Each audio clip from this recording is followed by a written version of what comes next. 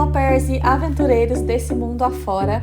Eu sou Carol Simone e hoje eu venho contar esse caso que eu relaciono muito com esse projeto de podcast. Foi tudo muito repentino, eu sempre tive muitas ideias, mas sempre me faltou a ação.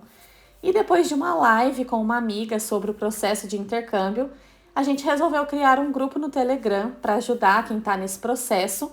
E eu decidi também fazer uns vídeos para o Instagram com algumas dicas e detalhes. Com isso, a minha cabeça ficou a mil. Um monte de ideias foram surgindo e a minha ideia principal sempre foi contar histórias e experiências de outras pessoas. E fazer isso em um formato de podcast, que eu gosto muito. Então eu gravei, editei, postei vídeos no Instagram, recebi muitas dúvidas, fui desenvolvendo as ideias que iam surgindo e decidi soltar o primeiro episódio de introdução aqui no podcast. Tudo isso em menos de 2 semanas. E eu tô amando gravar esses episódios, mas a verdade é que não foi nada planejado. Eu não planejei isso por muito tempo, nos mínimos detalhes. Foi algo que no meio da minha trajetória aqui aconteceu. Assim como o caso que eu vou contar hoje, da Jéssica, que não tinha planejado uma gravidez no meio do ano de intercâmbio como au pair. Primeiro eu queria dizer que nesse podcast não cabem julgamentos. Pelo amor de Deus, né, gente? 2021, todo mundo aqui é adulto e todo mundo transa. Uma gravidez não planejada acontece em qualquer lugar do mundo. Então não aceitamos nenhum comentário que julgue o fato da Jéssica ter engravidado no ano de intercâmbio. E eu quero avisar também que esse conteúdo pode ser um pouco desconfortável para quem é sensível sobre os assuntos ansiedade e depressão. Então fique atento aos gatilhos. A Jéssica nasceu no Guarujá, uma cidade no litoral de São Paulo, e desde cedo ela se interessava por geografia, história, sobre países e as culturas diferentes. Ela também adorava inglês. Ela sempre teve o estímulo da mãe, que é professora, mas sempre gostou desde muito cedo, desde o verbo to be, lá da 5ª série. E com essa visão hoje do passado, parece que tudo se conecta. Parece que o inglês era o portal para conectar esses interesses em, de fato, uma viagem para o exterior ou um intercâmbio. Mas, mesmo assim, a Jéssica não pensava muito em viagens, intercâmbio, mochilão. Ela vivia uma família de classe média e não tinha muito essa coisa de viajar nas férias, de fazer grandes viagens em família. Isso não era uma realidade para ela, então ela não tinha muito isso em mente. E aí a gente viaja no tempo até 2011. A Jéssica estava morando agora em Blumenau, no sul do país. Os pais dela se divorciaram e ela estava morando com a mãe e com a irmã, já há 5 anos. Ela estava noiva e, como ela sempre teve esse interesse em conhecer outros lugares, agora parecia o momento perfeito. Ela já tinha uma certa independência, não tinha filhos, tinha o inglês e ela começou a pesquisar maneiras de intercâmbio. E ela até queria que o noivo dela fosse junto, que eles fizessem isso junto. Mas ele não tinha esse sonho e essa vontade, e isso acabou sendo o motivo do término.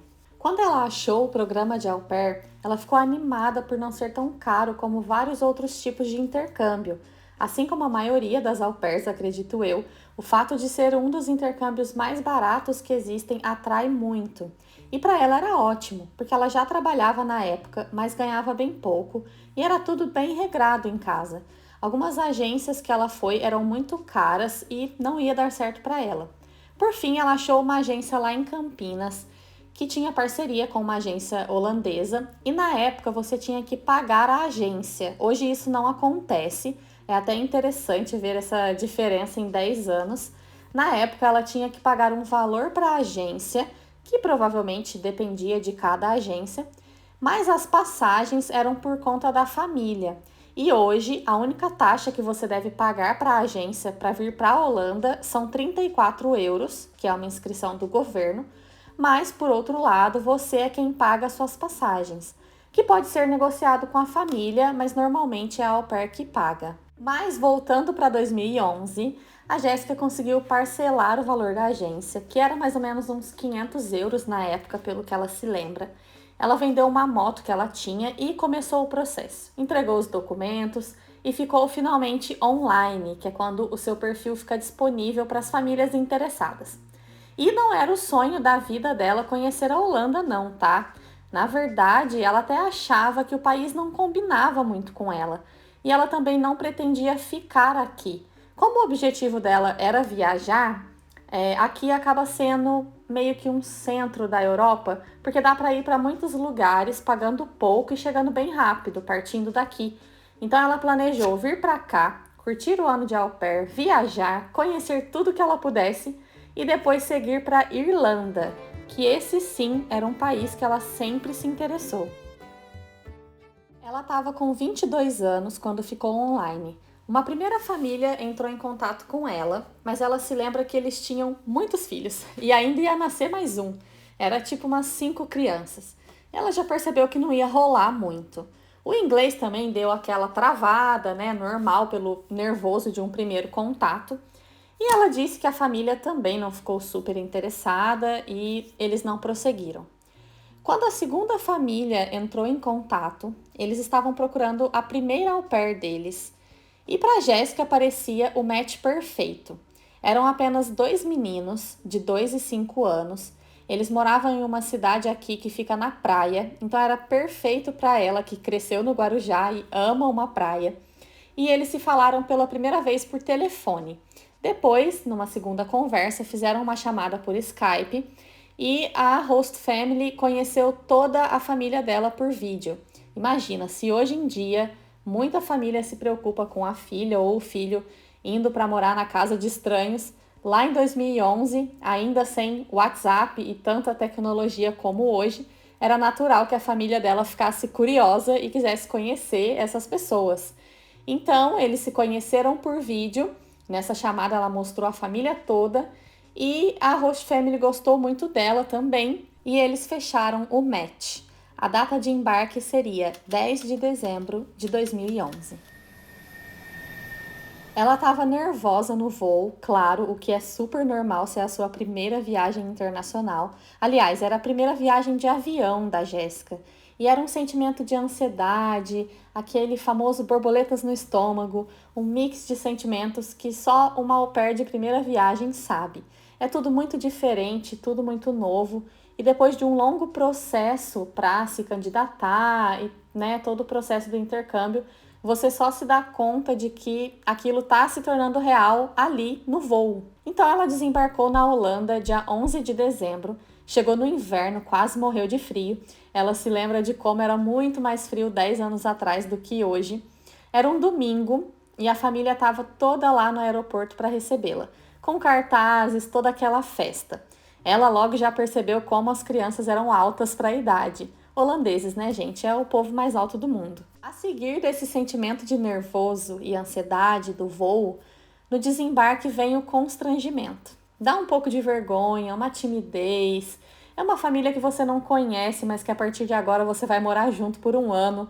E você vai também confiando que tudo que eles disseram e aparentaram ser na chamada seja verdade.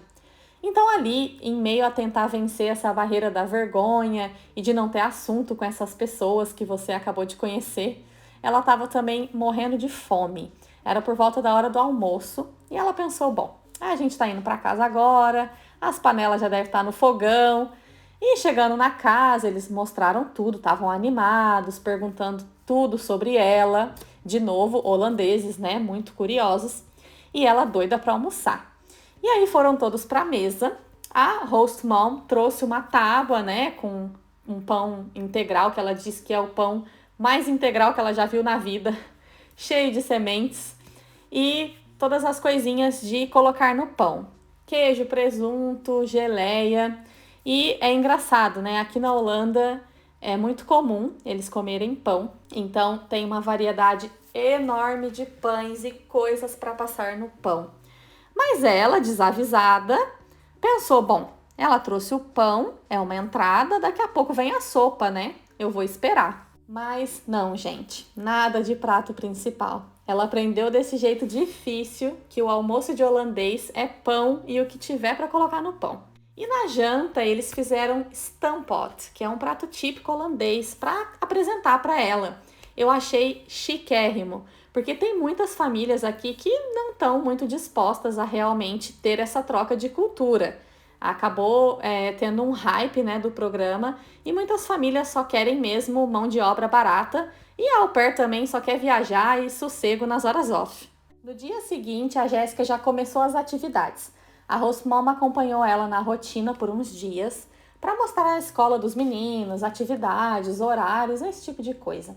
Ela logo já se identificou com o mais novo, mas também porque passava mais tempo com ele. E ela seguia na vida nova de au pair. Hoje a gente tem milhares de grupos de au pair, Facebook, WhatsApp. A agência mesmo te coloca em contato com outras au pairs na sua área, porque é importante fazer amizades e sair aqui. Mas em 2011 não existiam tantos grupos e informações assim. Então já em dezembro mesmo, a Jéssica entrou em alguns sites de relacionamento e ela conseguiu achar um grupo de brasileiros. Não existiam grupos de au pair, mas ela achou esse grupo de brasileiros que tinham algumas au pairs, então ela foi fazendo amizades e ela tinha acabado de sair de um noivado antes de vir para o intercâmbio, né? Então ela não estava procurando um namorado ou um relacionamento sério. Ela queria fazer amizades, conhecer pessoas, para sair junto, viajar. Ela queria, assim como toda au pair, curtir a vida de intercâmbio. Então, nesse site, ela conheceu um holandês. Eles conversaram vários dias por telefone, por Skype. E no ano novo, ele a convidou para uma festa. Olha, aqui em Amsterdã vai ter os fogos e tal. Se você quiser vir, a gente se conhece pessoalmente. Ela, muito esperta, brasileira que é, já chamou uma amiga que ela tinha acabado de conhecer também, que era au pair aqui, para irem juntas para a festa. E aí ela conheceria ele lá também. Eles acabaram ficando juntos nessa festa de Ano Novo. E pela superstição, né? Beijou no Ano Novo, o ano vai ser bom. Mas essa história não ficou só lá no Ano Novo, não. Eles continuaram se vendo em janeiro, em fevereiro, já estavam praticamente namorando. Eles estavam, né, se conhecendo, mas a família dela já sabia sobre ele, já se conheciam por vídeo. Ela também já conhecia a família dele. E a família dele era composta por um pai holandês e uma madrasta brasileira. Guardem essa informação que eu vou trazer isso mais pra frente. No dia 26 de março, a Jéssica foi para a Alemanha, a primeira viagem fora da Holanda. Ela estava super animada para começar essa vibe mochileira que toda au pair sonha. E naquela coisa de fazer mala, tem que ser uma que não fique muito grande, mas que dê para levar tudo o que precisa. Ela acabou esquecendo as pílulas anticoncepcionais que ela já tomava há um tempo. Ela tem ovário policístico. E para quem não sabe, o anticoncepcional ajuda nesse controle, não é só para evitar os bebês. E, inclusive, quem tem ovário policístico até pode ter uma dificuldade, né, maior de engravidar. Então, ela ficou sem tomar o remédio por uns 5 dias, porque ela estava lá, não levou. E ela falou, tudo bem, quando eu voltar eu emendo a cartela e vai dar tudo certo. No dia 1º de abril, dia da mentira, já de volta na Holanda, a Jéssica pensou em uma pegadinha para fazer com a família dela no Brasil. Aqui na Holanda não é super comum contarem uma mentira no dia 1º, mas esse dia também é conhecido por ser o dia da mentira, então ela convenceu o namorado que eles deviam pregar uma peça na família dela e dele também. Contar para as famílias uma mentirinha e desmentir mais tarde no mesmo dia. E que mentira era essa? Sim, que ela estava grávida. As duas famílias ficaram muito surpresas e toda aquela coisa, né?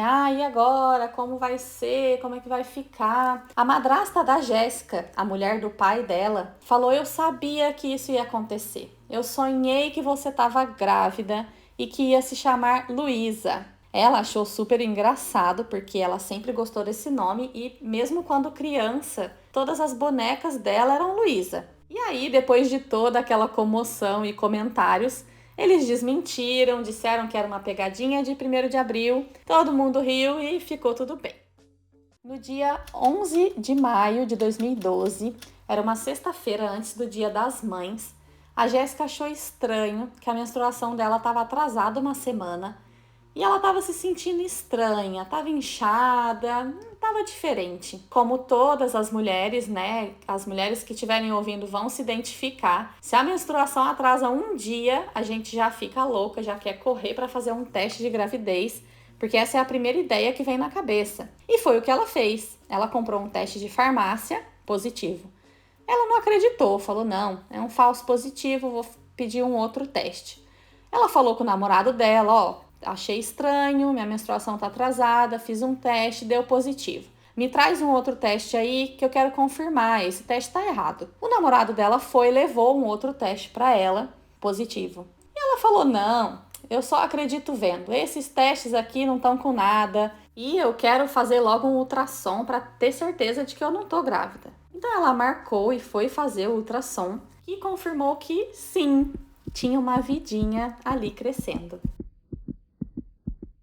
Gente, eu não consigo imaginar o caos que devia estar a cabeça da Jéssica nesse momento. Eu nunca fiquei grávida e só consigo realmente imaginar o desespero que é gerar uma vida em algum momento ou situação que não é muito favorável. Ela estava super sem chão, sem saber o que seria dali pra frente. Ela só queria ir dormir e deixar pra resolver depois, sabe? O namorado dela, pelo contrário, estava radiante, muito feliz por essa notícia. Mesmo sem ter um emprego na época, ele estava só estudando. Ele falou, não, eu vou cuidar de tudo, eu vou assumir essa responsabilidade de pai, vai ficar tudo bem. Ela passou dias de muita confusão, pensando em como ela ia fazer em relação a dinheiro. Ela era au pair, ganhava 300 euros por mês. Aliás, a família ainda pagava menos, mas é um assunto para um outro episódio. Como ela ia fazer? Ela estava em outro país, longe da família, sem saber falar a língua, sem nunca nem ter ido em um médico aqui na Holanda. Nem sabia como funcionava. Eram 1000 coisas na cabeça. Medos, ansiedade, preocupação. Bom, depois de uns dias nublados e muita conversa, os dois resolveram, então tá, a gente vai cuidar dessa criança, vamos contar para todo mundo, para a família. E assim fizeram. Contaram então oficialmente para a família dela e para dele, que até disseram, gente, para com isso. 1º de abril agora é só ano que vem. Mas não, eles confirmaram que dessa vez era verdade. A família dela, apesar do choque, tentou dar suporte nessa fase difícil de dúvidas e medo. E lembram da madrasta do namorado da Jéssica? A brasileira? Vamos chamar ela aqui de Malévola. A Jéssica achou que talvez por ser brasileira também, ela ia acolher e tentar ajudar. Mas infelizmente foi o contrário. Ela se lembra muito bem do dia em que a Malévola foi lá bater na porta dela e se ajoelhar pedindo para ela abortar. Ela disse que não, que ela ia prosseguir com essa gestação e que eles iam se virar para cuidar desse bebê. A Malévola então disse que tudo bem, mas que se essa era a decisão deles, que eles que resolvessem mesmo essa questão, porque ela não ia ajudar em nada. E mencionava que a Jéssica só engravidou para tirar dinheiro deles e que se aproveitava da situação. A primeira amiga a ir embora foi aquela lá do Ano Novo, quando a Jéssica conheceu o namorado, lembram? Ela se distanciou, contou para todo mundo em tom de piada, dizendo que ela veio para criar o filho dos outros e acabou fazendo o próprio filho. Ela virou chacota entre as au pairs. E ela não tinha mais amigas. As au pairs julgavam ela burra por ter mantido a gravidez, ou aquele julgamento muito comum de que ela queria dar um golpe, engravidar do gringo. Então a Jéssica se sentia muito sozinha nessa fase e também tinha muita vergonha. Ela não contava para ninguém a história dela. Ela só foi mencionar isso no canal do YouTube lá em 2017. Então era um sentimento de vergonha e de culpa por causa do julgamento dessas outras pessoas. Mas voltando para 2012, ela começou o processo de pré-natal. Aqui na Holanda, o sistema de saúde é diferente do Brasil, mas eu não vou me alongar muito nisso aqui. Eu só preciso explicar que se você tá grávida e não tem problemas graves, não é um ginecologista ou obstetra que vai te acompanhar. Existem enfermeiras que estudam para esse acompanhamento e, numa tradução meio literal, seria como se fosse parteira. Então você escolhe uma clínica que tem várias profissionais trabalhando lá e você não pode escolher uma específica para você. Vai te atender a parteira que tiver lá disponível naquele dia da consulta. Então a Jéssica escolheu uma clínica para acompanhar a gestação dela e começou o processo. Lembrem-se que em meio a tudo isso, ela não tinha contado ainda para a host family, isso mesmo, para a família com quem ela estava morando. Na verdade, a Jéssica não tinha um quarto dentro da casa, ela morava em uma casinha separada atrás da casa principal, que é até bem comum aqui na Holanda, mas ela tinha muito medo do que iria acontecer quando ela contasse para a Host Family. Eles vão encerrar o contrato, eu vou perder o visto, eu não tenho dinheiro, tava quebrada, né? Porque o salário da au pair já é pouco e ela ainda recebia menos e ela tava grávida, era muita coisa para lidar. Mas em junho ela pensou, bom, não posso esperar mais muito tempo para contar. Então ela pediu uma reunião com os hosts e contou tudo para eles. Foi o mesmo choque, aquela coisa de não acredito, e agora? Como vai ficar? Como é que vai ser? Eles ficaram chocados, mas parabenizaram e ela queria continuar trabalhando. Então ela falou com eles, olha, isso não vai afetar vocês de maneira nenhuma. Eu vou resolver tudo, é um problema meu. Vocês não vão precisar me pagar nada a mais. Isso não afeta o visto também. Então eu gostaria de continuar trabalhando aqui para vocês e morando aqui, se vocês concordarem. E até porque o final da gestação ia dar certinho com o final do ano de au pair. Então os hosts falaram, tudo bem, se você quer ficar, continuar trabalhando aqui, pra gente tudo bem. Então ela continuou morando lá com a Host Family e indo para a cidade onde o namorado dela morava para fazer todos os exames e acompanhamentos lá. Ela disse que em nenhum momento ela sentiu algum julgamento da parte da Host Family ou um tratamento diferente, nem mesmo dos avós das crianças que iam lá de vez em quando. Ela tinha algumas questões com eles, com os hosts, mas nesse quesito eles foram bem tranquilos. E se essa Host Family fez algum comentário ou julgou ela internamente, ela nem teria notado, porque na verdade o que mais afetou foi o julgamento dos amigos dela. Claro, né, gente? A decepção nos atinge quando vem de pessoas que importam pra gente. A gestação seguia bem. Ela teve alguns probleminhas técnicos, um líquido amniótico que estava mais baixo, mas coisas que dava para resolver e seguir normalmente. Aquele bebê era o melhor do mundo. A Jéssica não tinha enjoo, não sentia fraqueza, não tinha azia, nada. Ela não tinha nenhum sintoma físico, mas o que ela não teve de sintomas físicos, ela teve de carga psicológica, estresse e cansaço mental. Ela tinha muito medo da família encerrar o contrato com ela e ela perdeu o visto. Então ela até aguentou muita coisa, fora a preocupação, porque para conseguir ficar aqui com o pai do bebê, ele tinha que comprovar trabalho e ter um contrato já de pelo menos 1 ano. E até esse momento ele só estudava, ainda não estava empregado. E ela, como au pair, ganhando pouquíssimo, então era um estresse e preocupação constantes. Quando ela estava por volta de 7 meses de gravidez, o menino mais velho que ela cuidava quebrou a perna e ela tinha que carregar ele para o andar de cima ou de baixo nas escadarias infinitas que são essas casas aqui da Holanda. Ele já era uma criança mais difícil, era um pouco mimado. E um dia ele fazendo aquela birra de criança, de não querer fazer algo que tem que fazer, ela pegou ele no colo e foi levando ele escada acima e ele começou a dar socos e tentar chutar ela. E claro que ia ser na barriga, né? Ela então conversou com a host mom, falou, olha, não vai dar mais assim, é um desrespeito comigo. E a mãe concordou, falou, não, vou conversar com ele, está errado mesmo. Mas a Jéssica já estava muito cansada disso. E por sorte, as coisas foram acontecendo e se encaixando. O prazo para o namorado dela conseguir um trabalho era outubro e ele foi empregado em agosto. Então, já cansada com essa situação na família, ela combinou com eles de sair um mês depois. Assim, eles teriam tempo para achar alguém para ficar no lugar dela. E ela também já estaria com 8 meses. E de qualquer forma, ela não ia ficar por muito mais tempo. Então, no final de novembro de 2012, a Host Family foi viajar e a Jéssica se mudou. Eles não tiveram uma despedida formal, mas também não encerraram com nenhuma briga ou mágoa.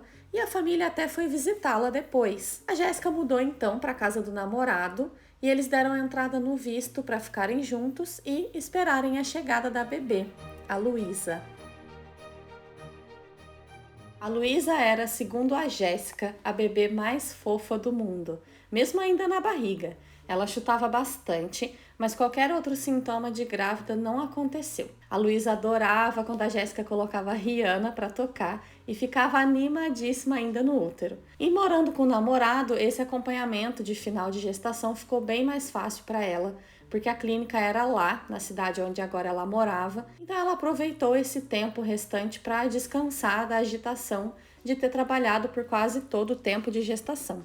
A data estimada para Luísa nascer era 25 de dezembro e foi adiada para 31 de dezembro. A mãe da Jéssica já estava aqui na Holanda para ajudar nos primeiros dias do nascimento, mas nada de contrações. No dia 4 de janeiro de 2013, começaram algumas contrações de teste. E vocês lembram que eu disse lá no começo que o sistema de saúde, você não pode escolher a sua parteira preferida? Pois é, claro que no meio de uma equipe, a Jéssica tinha uma parteira preferida, que eu vou chamar aqui de Fofa, e uma que ela não gostava muito, que eu vou me referir como Brutus. E quem foi atendê-la nesse dia justamente foi a segunda.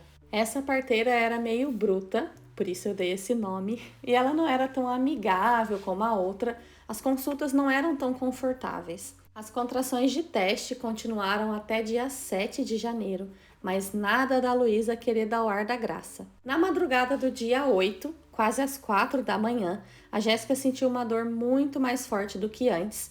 Eles chamaram um táxi e foram para o hospital. Ela se lembra de fazer as contas no caminho e pensar, putz, a parteira que vai estar disponível justo hoje no plantão vai ser a Brutus. Quando a grávida está a caminho do hospital aqui, ela precisa ligar para essa clínica que ela escolheu e avisar que ela está em trabalho de parto para que a parteira disponível vá para o hospital, porque eles não deixam a grávida entrar até que a parteira esteja junto. Ela não quis ligar para a clínica pensando que talvez chegando lá eles iam atendê-la mesmo assim e ela não ia ter que dar à luz com o auxílio da Brutus. Mas chegando no hospital, ela teve que ficar na sala de espera, porque realmente tinha que esperar essa parteira chegar. E para surpresa de Jéssica, a Fofa, a preferida dela, estava de plantão naquela noite naquele hospital. E ela ia sair do trabalho por volta das 6 da manhã. E por volta das 8, quem viria substituir seria a Brutus. Mas a Fofa, sendo super fofa, como o próprio nome diz, disse que ficaria para atendê-la mesmo que o plantão dela já estava terminando. Por volta das 5 e pouca da manhã, a Jéssica pediu anestesia. E a anestesista, que também já estava quase saindo do plantão, voltou para fazer mais essa aplicação. E ela fez um comentário bem xenofóbico, que a Jéssica nem percebeu na hora, porque ela falou em holandês. E também ela estava em trabalho de parto, com muita dor. Tudo o que ela queria era ser melhor amiga dessa anestesista que estava ali aliviando a dor dela. Esse comentário foi dirigido ao namorado da Jéssica e ela disse: o carnaval foi bom, né, lá no Brasil? E ele ficou indignado com aquele comentário. Falou para ela que não tinha conhecido a Jéssica no carnaval, não, que conheceu ela aqui trabalhando. Então que era melhor ela fazer o trabalho dela e guardar as opiniões dela para ela mesma. Mais tarde, a Fofa explicou que na hora mesmo de dar à luz, quando a grávida precisa fazer força para empurrar o bebê, ela precisa sentir as contrações. Então eles teriam que tirar a anestesia, mas que a anestesia ia saindo aos poucos da corrente sanguínea. Nessa hora, a sala estava cheia de gente, parteira, enfermeira, a mãe dela, o pai da criança e até estudantes de medicina que ela autorizou a acompanharem o parto. Então a anestesia foi saindo aos pouquinhos e ela ainda não sentia as dores da contração. Então ela começou a observar o monitor e quando o contador de contrações ia lá para cima, ela fazia força. Ela disse que essa parte foi bem rápida e ela nem chegou a voltar a sentir as dores das contrações. Luísa nasceu. Em uma semana, a mãe da Jéssica foi embora, porque ela já estava aqui há algum tempo. Lembra que a data estimada era 25 de dezembro? Então, quando ela foi embora, a Jéssica se desesperou. Era como se fosse uma confirmação de, ok, agora sou eu comigo mesma, cuidando dessa criança, sem experiência em ser mãe e sem a minha mãe para me orientar. Vou ter que fazer tudo e resolver tudo sozinha. A Luísa era realmente um ser de luz. Não trocava o dia pela noite, só acordava para mamar, não chorava por nada e nem cólica tinha. Os dias iam acontecendo nessa nova experiência e em fevereiro de 2013 eles receberam uma má notícia. O visto foi negado. A Jéssica estava no resguardo, que é um período super sensível na vida de uma recém-mãe, com todos os medos e preocupações, todo o desgaste psicológico que ela passou naquele ano, sem a mãe dela lá e ainda mais isso. Ela tinha 30 dias para ir embora.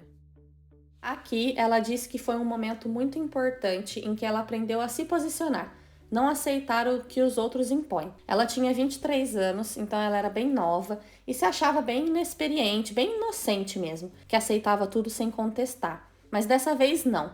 Eles contrataram um advogado que disse que isso já seria causa ganha, lutaram pelo visto e em abril eles reavaliaram o caso e aceitaram o pedido de visto deles. Um problema resolvido, vem outro.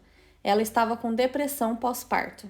Ela disse que sentia como se ela nunca tivesse saído daquela anestesia do dia do parto. Ela estava ali, mas ao mesmo tempo não estava. Mas não conseguia entender esses sentimentos. Ela sentia culpa, medo, negação e mais culpa. No auge da depressão, ela procurou ajuda profissional. E começar o canal no YouTube deu a ela até uma nova alegria, era um exercício terapêutico. A Jéssica não teve chá de bebê, não teve aquela festa toda que normalmente os amigos e familiares fazem quando alguém engravida. As roupinhas da bebê eram todas doadas. E ela estava realmente muito sem grana. Ela sentiu ali também a dor de uma mãe que não tinha como, naquele momento, dar tudo do bom e do melhor para a filha. Ela lembra que quando a Luísa tinha uns 3 anos, é que as coisas começaram a se estabilizar e ela pôde comprar o primeiro vestidinho novo para a filha. Hoje a Luísa tem 8 anos e continua sendo uma criança com muita luz. E olhando para trás, a Jéssica vê que tudo aconteceu como tinha que ser. Foi uma época muito difícil, com muitas dúvidas e medos, e também uma fase muito solitária. Mas ela entendeu que a única razão de ter sido piada lá atrás quando engravidou é porque ela decidiu gerar uma vida, mesmo não tendo planejado tudo isso. E disso ela não se arrepende. A Jéssica dividiu comigo a história dela, que é tão íntima e pessoal, mas que fluiu tão bem e eu tive a impressão de sermos velhas amigas. Eu quero poder passar essa sensação para vocês a cada episódio, para que vocês se identifiquem também com esses casos da vida real, porque a vida não para, nem mesmo em meio a um intercâmbio. Então eu vou ficando por aqui, depois desse super caso como o primeiro episódio. Me sigam aí no Spotify para receber mais episódios toda semana. Lá no Instagram também, @casosdeaupair. Eu vou deixar também na descrição as redes da Jéssica, o canal do YouTube e o Instagram dela. Te vejo no próximo episódio com o próximo caso de au pair.